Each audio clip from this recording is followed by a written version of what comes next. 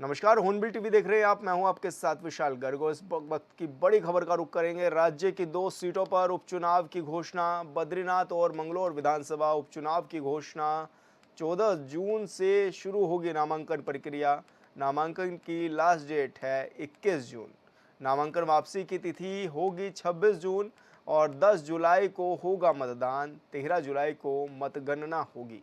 तो बड़ी खबर आपको बता रहे हैं, जहां पर उपचुनाव होने हैं मंगलौर और बद्रीनाथ विधानसभा सीटों पर, और ऐसे में 10 जुलाई को मतदान होगा।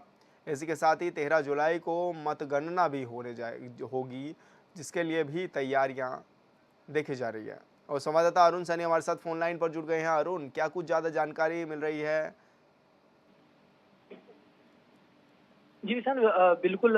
देखिए, उत्तराखंड की 2 विधानसभाओं पर उपचुनाव होने हैं, जिसमें कि बद्रीनाथ विधानसभा, जो कि राजेंद्र भंडारी कांग्रेस के सिंबल पर चुनाव लड़े थे और वो जीते थे। उसके बाद उन्होंने भारतीय जनता पार्टी का दामन थामा, जिसके चलते जो है वो सीट खाली हुई। तो बद्रीनाथ विधानसभा सीट पर उपचुनाव होना है और दिवंगत विधायक सरवत करीम अंसारी के बाद जो है अब जो मंगलौर सीट खाली हुई थी उसके लेकर भी जो है उस पर भी चुनाव रहता है। यानी मंगलौर और बद्रीनाथ इन दोनों विधानसभाओं पर उपचुनाव होने हैं, जिसकी तारीखों का ऐलान हो चुका है। 14 जून से जो है नामांकन की प्रक्रिया शुरू होगी। 21 जून तक जो है अंतिम तिथि जो नामांकन दाखिल करने की है। उसके बाद 24 जून स्क्रूटनी होगी और 26 जून अंतिम तिथि है नामांकन वापसी की। उसके बाद 10 जुलाई को जो है मतदान होगा और फिर 13 जुलाई को मतगणना होगी। यानी कि पूरा जो है इन दोनों विधानसभा उपचुनाव जो होने हैं, इसको लेकर ये पूरा कार्यक्रम है। और ऐसे में सभी राजनीतिक दलों ने अपनी तैयारियां जो है वो उसमें जुट चुके हैं और लगातार लंबे समय से जो है, जब से इन दोनों विधानसभाएं खाली हुई थी तभी से जो है तमाम राजनीतिक दल अपनी तैयारियों में जुट चुके थे। और इन दोनों विधानसभाओं को चुनाव को लेकर लगातार जो है तैयारियां सभी राजनीतिक दलों की जा रही है। और ऐसे में सभी राजनीतिक दल जो है अपनी अपनी जीत की दावा भी अभी से ही जो है इन दोनों विधानसभा उपचुनाव को लेकर कर चुके हैं। अरुण, क्योंकि 10 जुलाई को मतदान भी होना है, तो ऐसे में तैयारियों की अगर हम बात करें तो क्या कुछ तैयारियां भी इस दौरान रह सकती है कि 100% इन विधानसभा सीटों पर मतदान हो? जी सर, बिल्कुल। देखिए, इसको लेकर निर्वाचन आयोग द्वारा पूरी तैयारी वो जो है वो की जाएगी। और जो दोनों विधानसभाओं पर उपचुनाव है, तो ऐसे में जिस तरीके से समय समय पर जो है लोगों को जागरूक करने का भी काम किया जाता है। और ऐसे में क्योंकि दोनों विधानसभाओं पर उपचुनाव होना है, अगर मंगलौर विधानसभा की बात की जाए तो ग्रामीण क्षेत्र है, तो वहां पर जिस तरीके से देखा जाता है कि मतदान प्रतिशत की भी अगर बात की जाए तो जिस तरीके से लोकसभा चुनाव में भी देखा गया, हरिद्वार लोकसभा सीट से काफी ज्यादा मतदान हुआ। लेकिन जो चुनौती रहेगी वो बद्रीनाथ विधानसभा सीट पर रहेगी। वहां पर किस तरीके से मतदान जो है प्रतिशत वो बढ़ाया जाए और लोगों को जागरूक किया जाए कि वो अपने घरों से बाहर निकले और जो है मतदान करे। क्योंकि इस बार देखा गया है, पिछले वर्ष अगर चुनाव की बात की जाए 2019 में जो लोकसभा चुनाव हुआ था और इसलिए जो लोकसभा चुनाव है, तो इसमें जो मतदान प्रतिशत है वो कहीं ना कहीं घटा है। तो ऐसे में इन विधानसभा जो उपचुनाव होने हैं, इन पर मतदान प्रतिशत किस तरीके से बढ़ाया जाए, इसको लेकर निर्वाचन आयोग भी जो है अपनी तैयारियों में जुट चुका है और अभी लगातार जो है तैयारियां कर रहा है। और ऐसे में मतदान प्रतिशत इस बार बढ़ाया जा सके इन दोनों विधानसभाओं पर, इसके लिए तमाम तैयारी जो है वो निर्वाचन आयोग की तरफ से की जा रही है। बिल्कुल अरुण, बहुत बहुत शुक्रिया आपका तमाम जानकारी साझा करने के लिए। नरेंद्र मोदी के तीसरी बार प्रधानमंत्री के रूप में शपथ लेने पर उत्तराखंड के मुख्यमंत्री पुष्कर सिंह धामी ने पीएम मोदी को बधाई और शुभकामनाएं दी हैं। इस दौरान सीएम धामी ने कहा कि मुझे उन पर पूरा विश्वास है कि प्रधानमंत्री मोदी तीसरा कार्यकाल विकसित भारत के निर्माण को नई दिशा देंगे और मजबूती से आगे बढ़ाएंगे। आदरणीय प्रधानमंत्री नरेंद्र मोदी जी के नेतृत्व में तीसरी बार सरकार का गठन हो रहा है। इस तीसरे कार्यकाल में ऐतिहासिक निर्णय होंगे और जो 10 वर्षों में देश का विकास, देश जिस रफ्तार से आगे बढ़ा है उसको और तेज गति मिलेगी। मैं आदरणीय प्रधानमंत्री जी का अभिनंदन करता हूं। उनके साथ सभी माननीय मंत्रीगण जिनकी आज शपथ हो रही है, उन सबको भी मैं बधाई। मोदी मंत्रिमंडल 3.0 में अजय टम्टा को एक बार फिर जगह मिली है। राष्ट्रपति द्रौपदी मुर्मू ने सभी मंत्रियों को पद और गोपनीयता की शपथ दिलाई है। अल्मोड़ा संसदीय सीट पर लगातार तीसरी बार जीत की हैट्रिक लगाकर टम्टा एक बार फिर मोदी की टीम का हिस्सा बन चुके हैं। इस रिपोर्ट में देखिए। मैं अजय टम्टा ईश्वर की शपथ लेता हूं कि मैं विधि द्वारा स्थापित भारत के संविधान के प्रति सच्ची श्रद्धा और निष्ठा रखूंगा। मैं भारत की प्रभुता और अखंडता अक्षुण्ण रखूंगा। मैं संघ के राज्य मंत्री के रूप में अपने कर्तव्यों का श्रद्धापूर्वक शुद्ध अंतःकरण से निर्वहन करूंगा। उत्तराखंड की अल्मोड़ा सीट से लगातार सांसद निर्वाचित हुए अजय टम्टा को फिर एक बार मोदी कैबिनेट में जगह दी गई है। सिर्फ 23 वर्ष की उम्र में राजनीति में कदम रखने वाले अजय टम्टा ने 52 वर्ष की उम्र में ऐसा राजनीतिक मुकाम हासिल किया, इसकी हर तरफ चर्चा है। अल्मोड़ा संसदीय सीट पर जीत की हैट्रिक लगाने वाले चौथे नेता बने हैं और अब केंद्रीय कैबिनेट में उन्हें जगह दी गई है। मैं अजय टम्टा ईश्वर की शपथ लेता हूं कि मैं विधि द्वारा स्थापित भारत के संविधान के प्रति सच्ची श्रद्धा और निष्ठा रखूंगा। मैं भारत की प्रभुता और अखंडता अक्षुण्ण रखूंगा। मैं संघ के राज्य मंत्री के रूप में अपने कर्तव्यों का श्रद्धापूर्वक शुद्ध अंतःकरण से निर्वहन करूंगा तथा मैं भय या पक्षपात, अनुराग या देश के बिना सभी प्रकार के लोगों के प्रति संविधान और विधि के अनुसार न्याय करूंगा। उत्तराखंड की 5 लोकसभा सीटों में से एक अल्मोड़ा संसदीय सीट पर जीत की हैट्रिक लगाने वाले अजय टम्टा चौथे नेता बने हैं। इससे पहले एक रिकॉर्ड कांग्रेस के जंग बहादुर बिष्ट, पूर्व सीएम हरीश रावत और बीजेपी के बची सिंह रावत के नाम दर्ज था। लोकसभा चुनाव में अजय टम्टा की लगातार तीसरी जीत ने उनका कद बढ़ाने का काम किया है और वह एक कुशल राजनीतिक की श्रेणी में शामिल हो गए हैं। मैं अजय टम्टा ईश्वर की शपथ लेता हूं कि जो विषय संघ के राज्य मंत्री के रूप में मेरे विचार के लिए लाया जाएगा अथवा मुझे ज्ञात होगा, उसे किसी व्यक्ति या व्यक्तियों को तब के सिवाय जबकि ऐसे राज्य मंत्री के रूप में अपने कर्तव्यों के समयक निर्वहन के लिए ऐसा करना अपेक्षित हो, मैं प्रत्यक्ष अथवा अप्रत्यक्ष रूप से संसूचित या प्रकट नहीं करूंगा। लगातार तीसरी बार सांसद चुने गए अजय टम्टा ने 23 वर्ष की उम्र में राजनीति की शुरुआत की। अपने अब तक के राजनीतिक जीवन में उन्होंने 9 बार चुनाव लड़ा और 6 में जीत दर्ज कर अपने को राजनीति में स्थापित किया। साल 1996 में जिला पंचायत सदस्य के रूप में उनकी राजनीतिक यात्रा की शुरुआत हुई। इसी वर्ष में जिला पंचायत उपाध्यक्ष चुने गए। साल 1999 से 2000 तक जिला पंचायत अध्यक्ष रहे और तब उन्होंने सबसे कम उम्र का जिला पंचायत अध्यक्ष बनने का रिकॉर्ड बनाया। 2002 में सोमेश्वर सीट से निर्दलीय प्रत्याशी के रूप में पहला विधानसभा चुनाव लड़ा, लेकिन उन्हें जीत नहीं मिली। 2007 में बीजेपी के टिकट पर फिर से विधानसभा का चुनाव लड़ा और देहरादून पहुंचे। 2009 में पहली बार लोकसभा चुनाव लड़ा, लेकिन जीत की दहलीज पर पहुंचने से चूक गए। 2012 में सोमेश्वर सीट से विधानसभा तक का सफर तय किया। पार्टी ने 2014 में उन पर भरोसा जताते हुए उन्हें लोकसभा चुनाव के लिए मैदान में उतारा। इस पर वे खरे उतरे, जिसके बाद उन्हें 2016 में मोदी कैबिनेट में कपड़ा राज्य मंत्री का मंत्रालय दिया गया। 2019 के लोकसभा चुनाव में रिकॉर्ड मतों से लगातार दूसरी जीत दर्ज की गई। 2024 के चुनाव परिणाम उनके और पार्टी के पक्ष में आए और इस सीट पर वे जीत की हैट्रिक लगाने वाले तीसरे सांसद बने हैं। इस बार अल्मोड़ा सीट से उन्होंने भारी मतों के अंतर से जीत हासिल की। उत्तराखंड में लोकसभा की 5 सीटें हैं। 5 सीटों पर 2014 से लगातार बीजेपी की जीत हो रही है। अजय टम्टा मंत्री बने हैं, लिहाजा पार्टी नेताओं और कार्यकर्ताओं में खुशी का माहौल है। राज्यवासियों को उम्मीद है कि टम्टा के मंत्री बनने से प्रदेश को फायदा होगा। ब्यूरो रिपोर्ट, ऑनबिल टीवी। मैं अजय टम्टा ईश्वर की देश के प्रधानमंत्री के रूप में नरेंद्र मोदी ने तीसरी बार शपथ ली है, तो वहीं इस बार उत्तराखंड से अजय टम्टा को मोदी कैबिनेट में जगह मिली है, जिससे उत्तराखंड में भी खुशी की लहर है। इसी को लेकर विधायक दुर्गेश्वर लाल का कहना है कि देश और राज्य का विकास पीएम मोदी और अजय टम्टा के नेतृत्व में तेजी से होगा।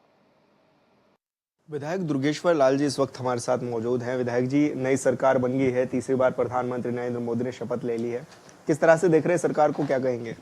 सबसे पहले तो आपके चैनल के माध्यम से मैं अपने 140 करोड़ भारत के जनमानस का धन्यवाद करता हूं कि जिन्होंने हमारे देश के यशस्वी प्रधानमंत्री पे विश्वास जताया और जो तीसरी बार सरकार बनी है, ये देश में जो ऐतिहासिक वर्क है उनमें एक नया इतिहास लिखेगा। मैं आपके चैनल के माध्यम से अपने देश के यशस्वी प्रधानमंत्री जी का बहुत बहुत बधाई और धन्यवाद देना चाहता हूं और पूरे प्रदेशवासियों और देशवासियों के खास करके उत्तराखंड वासियों को भी मैं धन्यवाद करना चाहता हूं, अभिनंदन करना चाहता हूं, जिन्होंने 5 की 5 सीटें उत्तराखंड से जिता के हमारे देश के यशस्वी प्रधानमंत्री जी बनने में सहयोग किया है। उसके लिए मैं पूरे प्रदेश का मैं पुनः एक बार अभिनंदन करना चाहता हूँ। और इस बार जो तीसरी टर्म्स की जो सरकार बनी है आदरणीय नरेंद्र मोदी जी के नेतृत्व में, इसमें देश के आने जो 2014 से पहले की जो सरकारें थी तब हमारी इकोनॉमी की क्या थी, 11वें नंबर की अर्थव्यवस्था थी। Right now we are number 5th and आने वाले समय में इस तीसरे टर्म्स में हमारी जो 3rd नंबर की जो अर्थव्यवस्था होगी और एक सशक्त विकसित भारत बनेगा। अच्छा विधायक जी, अजय टम्टा जी को एक बड़ी सौगात दी है प्रधानमंत्री नरेंद्र मोदी ने और उन्हें भी अपने मंत्रालय में शामिल किया। उत्तराखंड के वो भी एक बड़ा सौगात है, ये किस तरह से? मैं सबसे पहले तो मैं अपने यशस्वी जो मंत्री जी हैं अजय टम्टा जी को मैं बहुत बहुत बधाई देता हूँ, शुभकामनाएं देता हूँ और प्रार्थना करता हूँ कि उनके उज्जवल भविष्य और स्वस्थ जीवन हो। और मैं विश्वास भी करता हूँ कि उनके नेतृत्व में उत्तराखंड चौमुखी विकास करेगा, क्योंकि वो मंत्रिमंडल में उनको जगह मिली है और उनके मंत्रिमंडल में आने से हमारे उत्तराखंड में बहुत सारी संभावनाएं बढ़ गई है। कई सारी चीज़ें जो हैं जो विकास के कार्य और आगे बढ़ेंगी। क्या लग रहा है कि प्रधानमंत्री जी का कितना बड़ा जो देखते भी आपकी एक विज़न रहता है और एक ये भी रहता है कि उत्तराखंड से भी लगाव देखा जाता है, किस रूप में देख रहे हैं आप इस चीज़ को? देखिए, मैं आपको एक कहना चाहता हूँ कि हमारे जो प्रधानमंत्री हैं उनका एक अंतिम छोर पे बैठे हुए व्यक्ति उसकी भी चिंता करते हैं। तो जो आदरणीय हमारे जो मंत्री जी हैं वो एक ऐसे समाज से बिलोंग करते हैं, उन्होंने हर तबके को जो है ध्यान में रखते हुए सबके उत्थान की बात कही है और उत्तराखंड को सशक्त बनाने के लिए हमारे प्रदेश के यशस्वी मुख्यमंत्री दिन रात काम कर रहे हैं।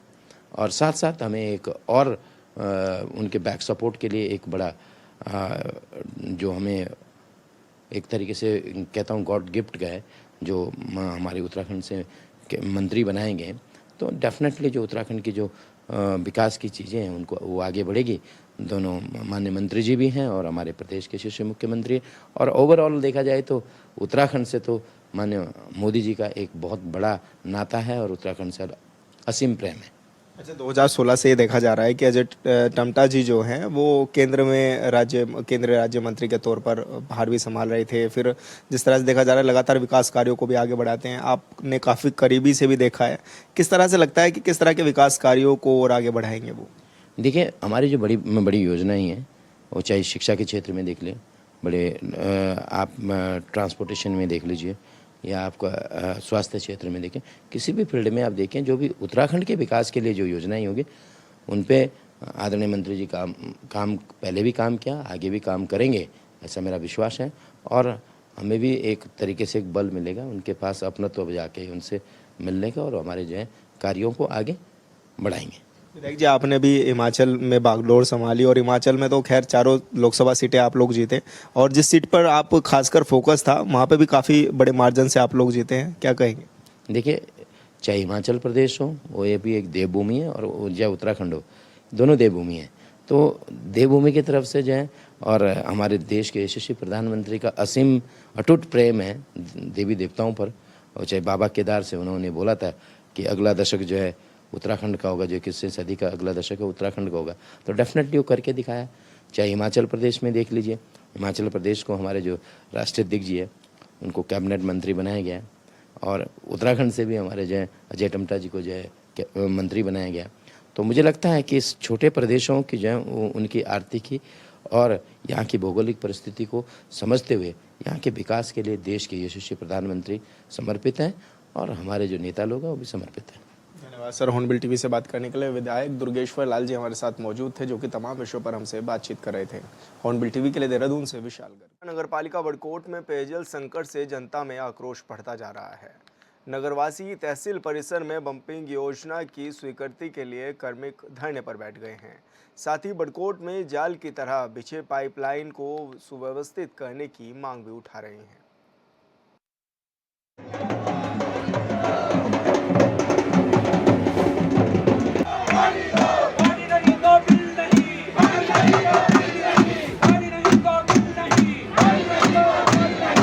उत्तराखंड में बीजेपी की डबल इंजन वाली सरकार और बीजेपी के ही कार्यकर्ता कई दिनों से धरना प्रदर्शन कर रहे हैं। लेकिन कोई सुनने को तैयार नहीं है। अब पार्टी के कार्यकर्ता खुद ही कह रहे हैं कि बीजेपी में जहां तक अपनी बात पहुंचा सकते थे पहुंचा दी, लेकिन कोई कार्रवाई नहीं हुई।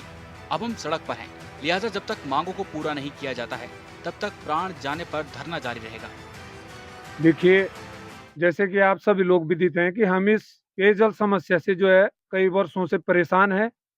आए दिन लोग पानी के लिए परेशान है, बच्चा, माता, बहन, बुजुर्ग सब परेशान है और संस्थान अपने टैंकर और टंकियां भेज करके जल आपूर्ति को सुचारू करने की बात कर रहा है, जो कि एक अस्थायी समाधान नहीं है। इसका अस्थायी समाधान है तिलाड़ी बड़कोट पंपिंग पेयजल योजना स्वीकृत हो। जब तक पंपिंग पेयजल योजना स्वीकृत नहीं होती है तब तक हमारा ये धरना जारी रहेगा। उत्तरकाशी के बड़कोट में पेयजल के लिए धरना जारी। बीजेपी कार्यकर्ता ही लगा रहे शासन प्रशासन पर आरोप। पार्टी कार्यकर्ता की ही नहीं सुन रहे, किसकी सुनेंगे? उत्तराखंड पहाड़ी राज्य है और पहाड़ों में आज भी सुविधाओं का अभाव है, इस बात से कोई इनकार नहीं कर सकता। लेकिन हैरानी की बात यह है कि बीजेपी पार्टी से जुड़े सरपंच ही शासन और प्रशासन की कार्यशैली को सवालों के घेरे में खड़े कर रहे हैं। इससे अंदाजा लगाना मुश्किल नहीं है कि अगर सत्ताधारी पार्टी बीजेपी के कार्यकर्ताओं की बात नहीं सुन रही तो आम आदमी के नेता और अधिकारी क्या सुनेंगे? और अगर हमें धरने से दूसरे विपरीत धरने का मतलब आप समझ गए होंगे, कार्मिक के बाद अनिश्चितकालीन के बाद हमारा होगा भूख हड़ताल। भूख हड़ताल के बाद लास्ट होता है माधव सिंह ने जो है ना अपना बेटे का बलिदान दे करके जो है अपने क्षेत्र हित के लिए जो है बलिदान दे करके पानी की उपलब्धता कराई थी। ठीक उसी प्रकार हम अपना जीवन में समर्पित कर देंगे।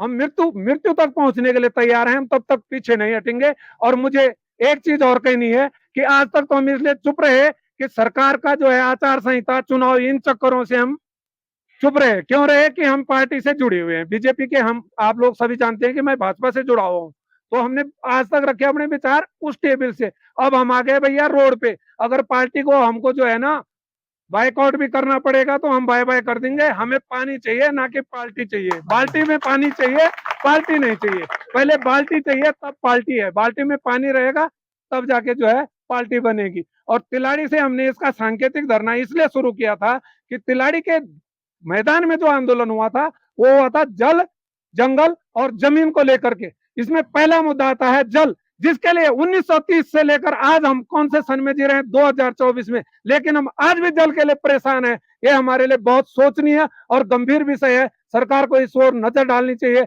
और जल्द से जल्द हमारी इस मुख्य मांग पेयजल समस्या जो है इसकी पंपिंग जल योजना की वित्तीय स्वीकृति, ये जायका कंपनी बोलते हैं कि वर्ल्ड बैंक से आएगा, जायका से आएगा। हम चाहते हैं कि इसको तत्काल वित्तीय स्वीकृति मिलनी चाहिए। वो राज्य वित्त से मिले, किस वित्त से मिले ये हम नहीं जानते, शासन प्रशासन का काम है। नगर पालिका बड़कोट में पेयजल संकट से आक्रोश। पंपिंग योजना की स्वीकृति की कर रहे हैं मांग। दरअसल उत्तरकाशी के नगर पालिका बड़कोट में पेयजल संकट से जनता में बड़ा आक्रोश है। नगर वासियों ने तहसील परिसर में पंपिंग योजना की स्वीकृति के लिए क्रमिक धरने पर बैठ गए हैं। नगर क्षेत्र में नगर वासियों ने खाली बाल्टी बजाने, ढोल नगाड़ों के साथ जुलूस प्रदर्शन के साथ रामलीला मैदान से तहसील तक पहुंचने के बाद धरना शुरू कर दिया।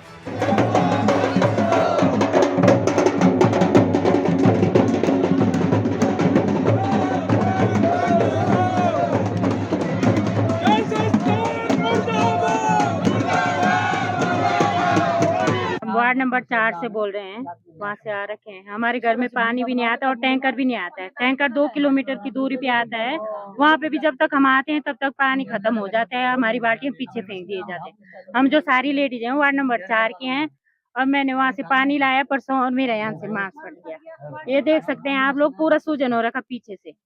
अब हम क्या करें? हमको पानी चाहिए तो पानी चाहिए। शासन प्रशासन के खिलाफ भी भारी आक्रोश। पूर्व में निर्धारित कार्यक्रम के तहत सामाजिक चेतना की बुलंद आवाज नगर वासियों ने धरना देते हुए उठाई है। बड़कोट को पानी दो, पानी नहीं तो बिल नहीं समेत नारेबाजी करते हुए राज्य सरकार से बड़कोट शहर और आसपास के कस्बों को बड़ी पंपिंग योजना के तहत धनराशि स्वीकृत करने की मांग की है। पानी नहीं तो बिल नहीं, पानी नहीं तो बिल नहीं, पानी नहीं तो बिल नहीं, पानी नहीं तो बिल नहीं। एयरपोर्ट में पानी को लेकर के बड़ी परेशानी है और तकरीबन जो है कई सालों से बड़कोट नगर पालिका के लोग जो है सिर्फ इस बात की मांग कर रहे हैं कि पेयजल योजना यहाँ स्वीकृत हो। और स्वीकृत हुई भी 2018 में बाकायदा तिलाड़ी से उस योजना का सर्वे हुआ और उसके बाद जो है जो बड़कोट गांव की जो जमीन है उसका प्रतिकर तक दे दिया गया, लेकिन ये 2024 आ गया और अभी तक जो है पंपिंग योजना स्वीकृत नहीं हुई। ये दुर्भाग्य की बात है। हम सरकार से उम्मीद करते हैं कि बड़कोट की जो महिलाएं, बच्चे हैं, बुजुर्ग हैं, ये बाल्टियां उठा उठा के थक चुके हैं, टैंकरों से पानी जो है 2-2 किलोमीटर दूर ले जा रहे हैं। तो ये हम उम्मीद जाहिर करेंगे कि ये योजना जल्दी स्वीकृत हो। आज से धरना शुरू हो गया है। सामाजिक एक जो हमारा जय हो ग्रुप है, ये लगातार कई सालों से जो है ज्ञापन सरकार को देते आ रहा है। आखिरकार नगर की पब्लिक के साथ यहाँ पर जो है धरना शुरू हो गया है। ये तब तक ये धरना जारी रहेगा जब तक बड़कोट में पंपिंग योजना स्वीकृत नहीं होती। साथ में जो मई और जून का बिल ये माफ किया जाए, और जो लगातार हर साल उत्तराखंड में एक कानून के दो रूप कैसे हो सकते हैं। बड़कोट में हर साल जो है टैक्स लगाए जा रहे हैं, देहरादून में तीसरे साल टैक्स लग रहा है। ये समझ में नहीं आ रहा, जो जनता है उसको जो है टैक्स से क्यों जो है पीसा जा रहा है। हम ये चाहते हैं ये टैक्स माफ हो जो जल कर लिया जा रहा है। और उसके अलावा बड़कोट में जो पाइपों की जो जाल बिछे हैं, नालियों में जाल हैं, रास्ते में जाल हैं, आना जाना दुभर हो रखा है। तो जल संस्थान से हम अनुरोध करेंगे कि ये जो है सुव्यवस्थित हो, लोगों को पानी मिले, और जब तक पानी नहीं तो तब तक हमारा धरना ही जारी है। मई और जून का बिल भी माफ करने की मांग, पाइपलाइन को सुव्यवस्थित करने की मांग। इतना ही नहीं, प्रदर्शनकारियों ने मई जून महीने का बिल माफ करने, बड़कोट में जाल की तरह बिछे पाइपलाइनों को सुव्यवस्थित करने की मांग की है। मैं ये देखना चाहता हूँ कि आज जो लोग आए हैं उन्होंने शुरुआत की है, और जो लोग घरों पे हैं वो लोग आएंगे बाहर, क्योंकि टैंकरों से कब तक चलेगा जब तक स्थायी समाधान नहीं निकलेगा। और मैं जल संस्थान से कह देना चाहता हूँ कि जो जिला पंचायत ने 20 लाख रुपए दिए, आपने उसमें कितना पानी दिया आप बताइए, और उसका समायोजन आप मेरे आंदोलनकारी साथियों को दिए हैं कि वो 20 लाख रुपए कहाँ डाला है और किस स्तर पे उसने काम किया है, कितना पानी आया है। यदि नहीं बताओगे तो सटा साट्यम समाचार्य की भूमिका के साथ मुझे आना पड़ेगा, और मैं चाहता हूं कि उसका हिसाब किताब बड़कोट नगर को दिया जाए कि वो 20 लाख रुपए में आपने कितना पानी दिया। और अगर आपको और जरूरत है, आंदोलन के माध्यम से या अपने व्यक्तिगत लोगों से मिलकर हम इस रास्ते को निकालेंगे। मैं ये चाहता हूं कि इसमें राजनीतिक बू ना आए, हम सब लोग आंदोलन की पीड़ा को समझें और पानी की पीड़ा को समझें। मैं अंतिम सांस तक आपके साथ हूं। जब जब आपको जरूरत पड़ेगी, जिस तरह की जरूरत पड़ेगी, मैं बड़कोट नगर पालिका के एक नागरिक के साथ। परेशानी पहले भी और आज, डबल इंजन से क्या फायदा। चुनावी सभा में गिना रहे थे उपलब्धियां, हकीकत कुछ। प्रदेश में इस वर्ष गर्मी से लोग परेशान हैं। मैदानी इलाकों से लेकर बाहर तक तपिश है, लिहाजा कुछ इलाके तो ऐसे हैं जहां के लोग बूंद बूंद पानी के लिए तरस रहे हैं। फिर राज्य में डबल इंजन की सरकार रहे या फिर सिंगल इंजन वाली सरकार, क्या फर्क पड़ता है। देहरादून में बैठकर बड़ी बड़ी बातें करने से ही समस्याओं का हल हो जाता है, तो फिर बहुत पहले ही राज्य की समस्याएं खत्म हो जाती। जरूरत है मौके पर जाकर स्थानीय लोगों की समस्याओं का हल करने की। जिले में बैठे अधिकारियों को एसी वाले चैम्बर में बैठकर आराम करने के लिए वेतन नहीं मिलता है, ये सोचने की बात है। Bureau report, hornbill TV. और फिलहाल इस बुलेटिन में इतना ही। आप देखते रहिए हॉर्नबिल टीवी। नमस्कार।